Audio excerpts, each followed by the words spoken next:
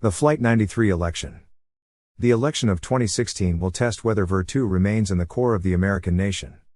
September 5, 2016. Publius Decius Mus. Publius Decius Mus was the pseudonym of Michael Anton, who in January of 2017 left the private sector to serve on the National Security Council. Claremont Review of Books. Narrated by Skeptical Waves. 2016 is the Flight 93 election. Charge the cockpit or you die. You may die anyway. You, or the leader of your party, may make it into the cockpit and not know how to fly or land the plane. There are no guarantees. Except one: if you don't try, death is certain. To compound the metaphor, a Hillary Clinton presidency is Russian roulette with a semi-auto. With Trump, at least you can spin the cylinder and take your chances. To ordinary conservative ears, this sounds histrionic. The stakes can't be that high because they are never that high, except perhaps in the pages of Gibbon. Conservative intellectuals will insist that there has been no end of history and that all human outcomes are still possible.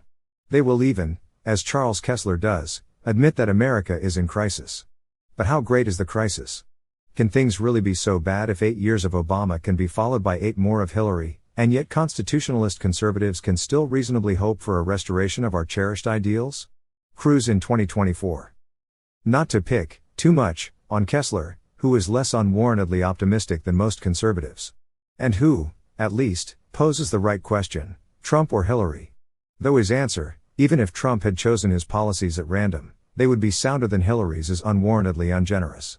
The truth is that Trump articulated, if incompletely and inconsistently, the right stances on the right issues: immigration, trade, and war, right from the beginning. But let us back up.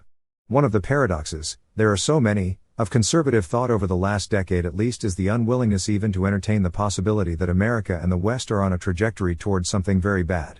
On the one hand, conservatives routinely present a litany of ills plaguing the body politic. Illegitimacy. Crime. Massive, expensive, intrusive, out-of-control government. Politically correct McCarthyism. Ever higher taxes and ever deteriorating services and infrastructure. Inability to win wars against tribal, sub-third world foes. A disastrously awful educational system that churns out kids who don't know anything and, at the primary and secondary levels, can't, or won't, discipline disruptive punks, and at the higher levels saddles students with six-figure debts for the privilege. And so on and drearily on. Like that portion of the Mass where the priest asks for your private intentions, fill in any dismal fact about American decline that you want and I'll stipulate it. Conservatives spend at least several $100 million a year on think tanks, magazines, conferences, fellowships, and such, complaining about this, that, the other, and everything. And yet these same conservatives are, at root, keepers of the status quo. Oh, sure, they want some things to change. They want their pet ideas adopted, tax deductions for having more babies and the like. Many of them are even good ideas. But are any of them truly fundamental? Do they get to the heart of our problems? If conservatives are right about the importance of virtue, morality, religious faith, stability, character and so on in the individual, if they are right about sexual morality or what came to be termed family values, if they are right about the importance of education to inculcate good character and to teach the fundamentals that have defined knowledge in the West for millennia, if they are right about societal norms and public order, if they are right about the centrality of initiative, enterprise, industry, and thrift to a sound economy and a healthy society, if they are right about the soul-sapping effects of paternalistic big government and its cannibalization of civil society and religious institutions, if they are right about the necessity of a strong defense and prudent statesmanship in the international sphere, if they are right about the importance of all this to national health and even survival, then they must believe, mustn't they? That we are headed off a cliff. But it's quite obvious that conservatives don't believe any such thing, that they feel no such sense of urgency, of an immediate necessity to change course and avoid the cliff. A recent article by Matthew Continetti may be taken as representative, indeed, almost written for the purpose of illustrating the point. Continetti inquires into the condition of America and finds it wanting. What does Continetti propose to do about it? The usual litany of conservative solutions, with the obligatory references to decentralization, federalization, civic renewal, and, of course, Burke. Which is to say, conservatism's typical combination of the useless and inapt with the utopian and unrealizable. Decentralization and federalism are all well and good, and as a conservative, I endorse them both without reservation. But how are they going to save, or even meaningfully improve, the America that Continetti describes? What can they do against a tidal wave of dysfunction, immorality, and corruption? Civic renewal would do a lot, of course, but that's like saying health will save a cancer patient. A step has been skipped in there somewhere. How are we going to achieve civic renewal? Wishing for a tautology to enact itself is not a strategy. Continetti trips over a more promising approach when he writes of stressing the national interest abroad and national solidarity at home through foreign policy retrenchment, support to workers buffeted by globalization, and setting tax rates and immigration levels to foster social cohesion. That sounds a lot like Trumpism. But the phrases that Continetti quotes are taken from Ross Douthat and Rehan Salam, both of whom, like Continetti, are vociferously, one might even say fanatically, anti-Trump. At least they, unlike Kessler, give Trump credit for having identified the right stance on today's most salient issues. Yet, paradoxically, they won't vote for Trump, whereas Kessler hints that he will. It's reasonable, then, to read into Kessler's esoteric endorsement of Trump an implicit acknowledgement that the crisis is, indeed, pretty dire. I expect a Claremont scholar to be wiser than most other conservative intellectuals, and I am relieved not to be disappointed in this instance. Yet we may also reasonably ask, what explains the Pollyanna-ish declinism of so many others? That is, the stance that things are really bad, but not so bad that we have to consider anything really different. The obvious answer is that they don't really believe the first half of that formulation. If so, like Chicken Little, they should stick a sock in it. Pecuniary reasons also suggest themselves, but let us forswear recourse to this explanation until we have disproved all the others. Whatever the reason for the contradiction, there can be no doubt that there is a contradiction. To simultaneously hold conservative cultural, economic, and political beliefs, to insist that our liberal left present reality and future direction is incompatible with human nature and must undermine society, and yet also believe that things can go on more or less the way they are going, ideally but not necessarily with some conservative tinkering here and there, is logically impossible. Let's be very blunt here. If you genuinely think things can go on with no fundamental change needed, then you have implicitly admitted that conservatism is wrong. Wrong philosophically, wrong on human nature, wrong on the nature of politics, and wrong in its policy prescriptions. Because, first, few of those prescriptions are enforced today. Second, of the ones that are, the left is busy undoing them, often with conservative assistance. And, third, the whole trend of the West is ever leftward, ever further away from what we all understand as conservatism. If your answer, Continetti's, Douthat's, Salam's, and so many others, is for conservatism to keep doing what it's been doing, another policy journal, another article about welfare reform, another half-day seminar on limited government, another tax credit proposal, even though we've been losing ground for at least a century, then you've implicitly accepted that your supposed political philosophy doesn't matter and that civilization will carry on just fine under leftist tenets. Indeed, that leftism is truer than conservatism and superior to it. They will say, in words reminiscent of dorm room Marxism, but our proposals have not been tried. Here our ideas sit, waiting to be implemented. To which I reply, not really.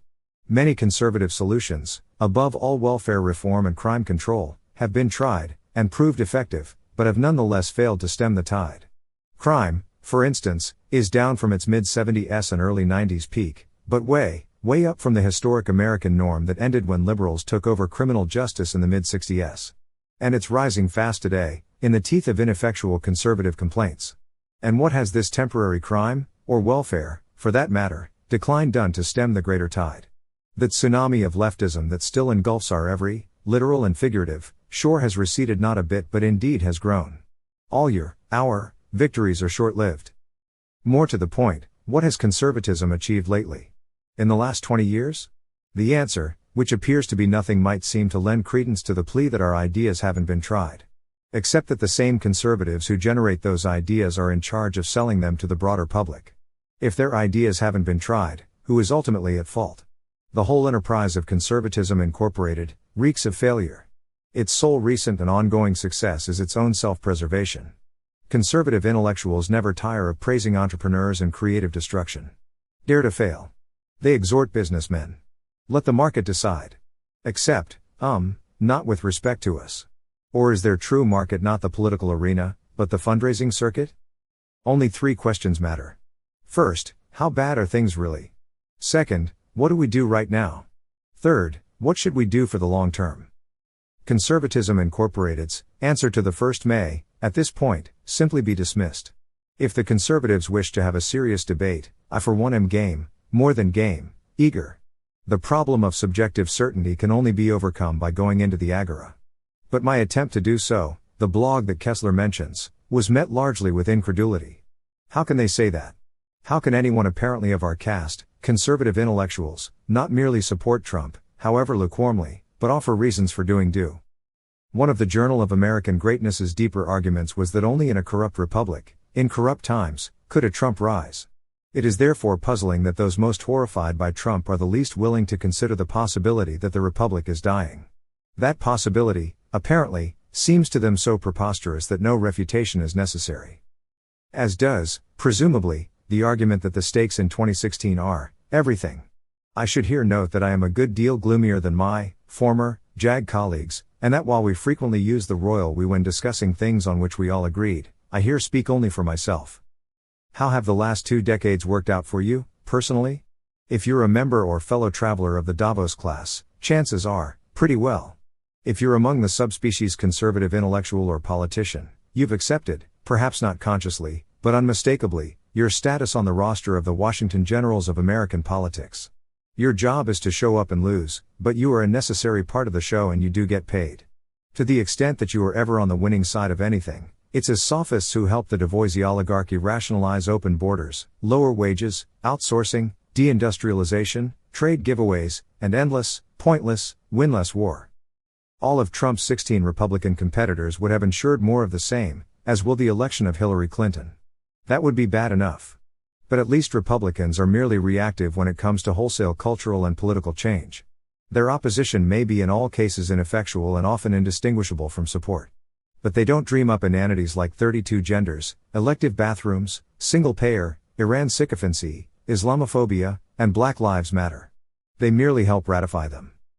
A Hillary presidency will be pedaled to the metal on the entire progressive left agenda, plus items few of us have yet imagined in our darkest moments. Nor is even that the worst. It will be coupled with a level of vindictive persecution against resistance and dissent hitherto seen in the supposedly liberal West only in the most advanced Scandinavian countries and the most leftist corners of Germany and England. We see this already in the censorship practiced by the Devoisy social media enablers, in the shameless propaganda tidal wave of the mainstream media, and in the personal destruction campaigns, operated through the former and aided by the latter, of the social justice warriors. We see it in Obama's flagrant use of the IRS to torment political opponents, the gaslighting denial by the media, and the collective shrug by everyone else. It's absurd to assume that any of this would stop or slow, would do anything other than massively intensify, in a Hillary administration. It's even more ridiculous to expect that hitherto useless conservative opposition would suddenly become effective. For 2 generations at least, the left has been calling everyone to their right Nazis. This trend has accelerated exponentially in the last few years, helped along by some on the right who really do seem to merit, and even relish, the label. There is nothing the modern conservative fears more than being called racist, so alt-right pocket Nazis are manna from heaven for the left. But also wholly unnecessary, sauce for the goose. The left was calling us Nazis long before any pro-Trumpers tweeted Holocaust denial memes. And how does one deal with a Nazi, that is, with an enemy one is convinced intends your destruction? You don't compromise with him or leave him alone. You crush him. So what do we have to lose by fighting back? Only our Washington Generals jerseys, and paychecks. But those are going away anyway. Among the many things the right still doesn't understand is that the left has concluded that this particular show need no longer go on. They don't think they need a foil anymore and would rather dispense with the whole bother of staging these phony contests in which each side ostensibly has a shot. If you haven't noticed, our side has been losing consistently since one. We can win midterms, but we do nothing with them. Call ours Hannibalic victories. After the Carthaginians' famous slaughter of a Roman army at Cannae, he failed to march on an undefended Rome, prompting his cavalry commander to complain, "You know how to win a victory, but not how to use one." And, aside from 2004's lackluster 50.7%, we can't win the big ones at all. Because the deck is stacked overwhelmingly against us. I will mention but 3 ways. First, the opinion-making elements, the universities and the media above all, are wholly corrupt and wholly opposed to everything we want, and increasingly even to our existence. What else are the wars on cisgenderism formerly known as nature and on the supposed white privilege of broke hillbillies really about? If it hadn't been abundantly clear for the last 50 years, the campaign of 2015 to 2016 must surely have made it evident to even the meanest capacities that the intelligentsia, including all the organs through which it broadcasts its propaganda, is overwhelmingly partisan and biased. Against this onslaught, conservative media is a nullity, barely a whisper. It cannot be heard above the blaring of what has been aptly called the megaphone. Second, our Washington generals self-handicap and self-censor to an absurd degree. Lenin is supposed to have said that the best way to control the opposition is to lead it ourselves. But with an opposition like ours, why bother? Our leaders and dissenters bend over backward to play by the self-sabotaging rules the left sets for them. Fearful, beaten dogs have more thymos. Third and most important, the ceaseless importation of third world foreigners with no tradition of, taste for, or experience in liberty means that the electorate grows more left, more democratic, less republican, and less traditionally American with every cycle. As does, of course, the U.S. population, which only serves to reinforce the two other causes outlined above.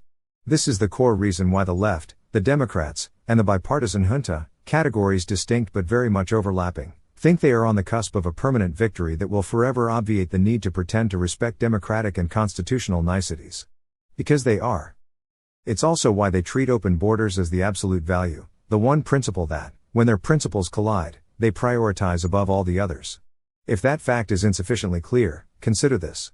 Trump is the most liberal Republican nominee since Thomas Dewey.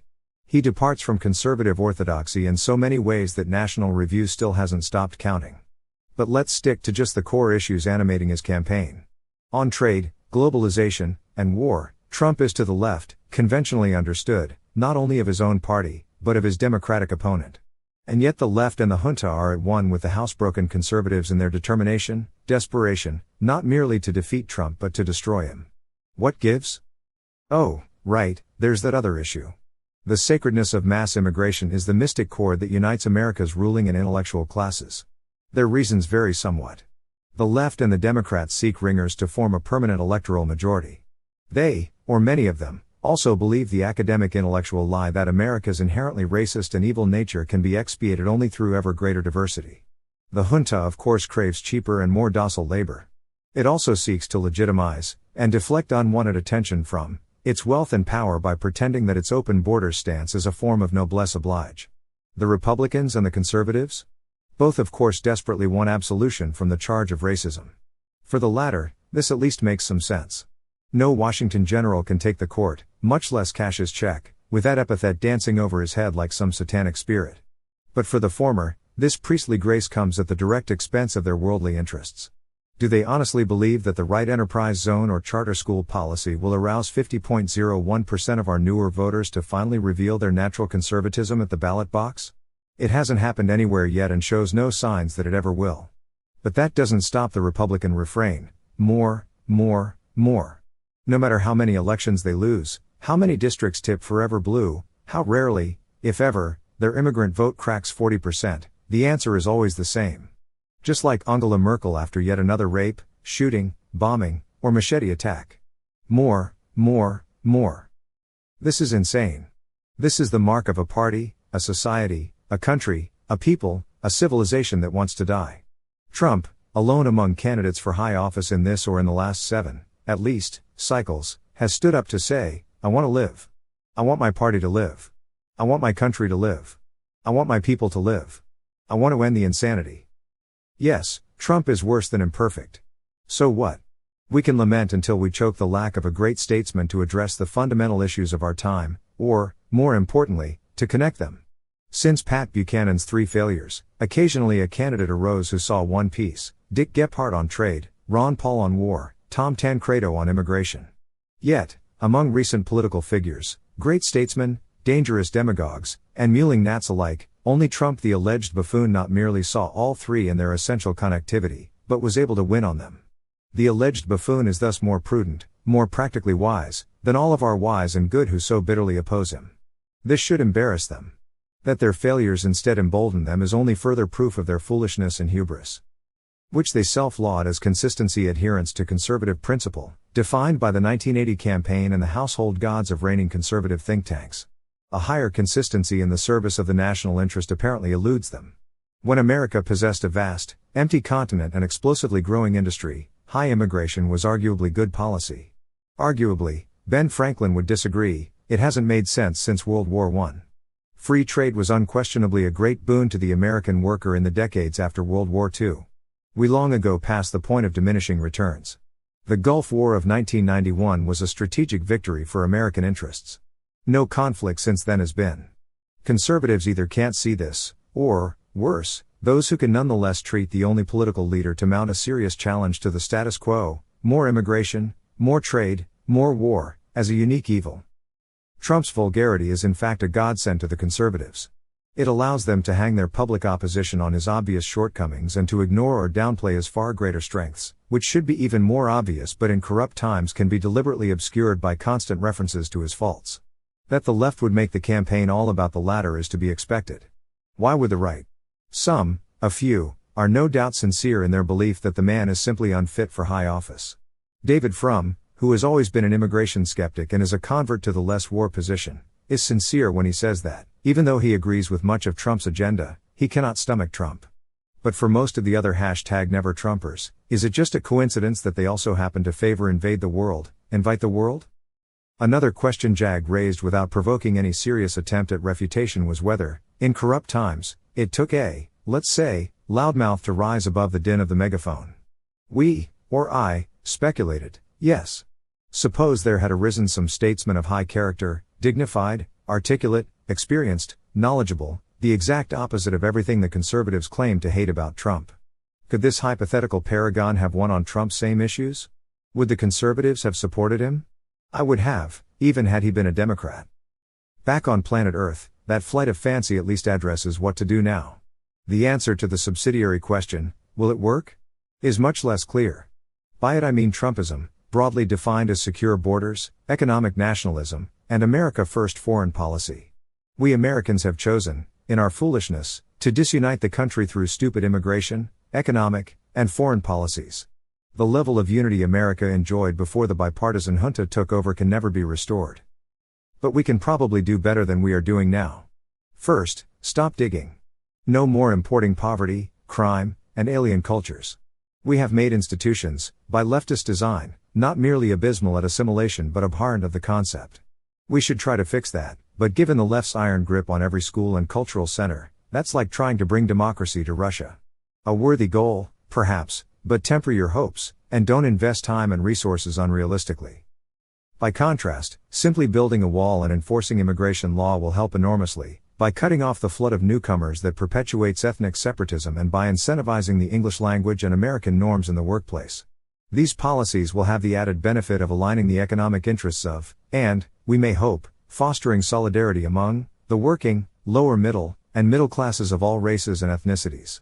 The same can be said for Trumpian trade policies and anti-globalization instincts. Who cares if productivity numbers tick down, or if our already somnambulant GDP sinks a bit further into its pillow? Nearly all the gains of the last 20 years have accrued to the junta anyway. It would, at this point, be better for the nation to divide up more equitably a slightly smaller pie than to add one extra slice, only to ensure that 8 of the other 9 go first to the government and its rentiers, and the rest to the same 4 industries and 200 families. Will this work? Ask a pessimist, get a pessimistic answer. So don't ask. Ask instead, is it worth trying? Is it better than the alternative? If you can't say, forthrightly, yes, you are either part of the junta, a fool, or a conservative intellectual. And if it doesn't work, what then? We've established that most conservative anti-Trumpets are in the Orwellian sense objectively pro-Hillary. What about the rest of you? If you recognize the threat she poses, but somehow can't stomach him, have you thought about the longer term? The possibilities would seem to be Caesarism, secession/crack-up, collapse, or managerial Devoisy liberalism as far as the eye can see, which, since nothing human lasts forever, at some point will give way to one of the other 3. Oh, and, I suppose, for those who like to pour a tall one and dream big, a second American Revolution that restores constitutionalism, limited government, and a 28% top marginal rate. But for those of you who are sober, can you sketch a more plausible long-term future than the prior 4 following a Trump defeat? I can't either. The election of 2016 is a test, in my view, the final test, of whether there is any virtue left in what used to be the core of the American nation. If they cannot rouse themselves simply to vote for the first candidate in a generation who pledges to advance their interests, and to vote against the one who openly boasts that she will do the opposite, 1 million more Syrians, anyone? Then they are doomed. They may not deserve the fate that will befall them, but they will suffer it regardless.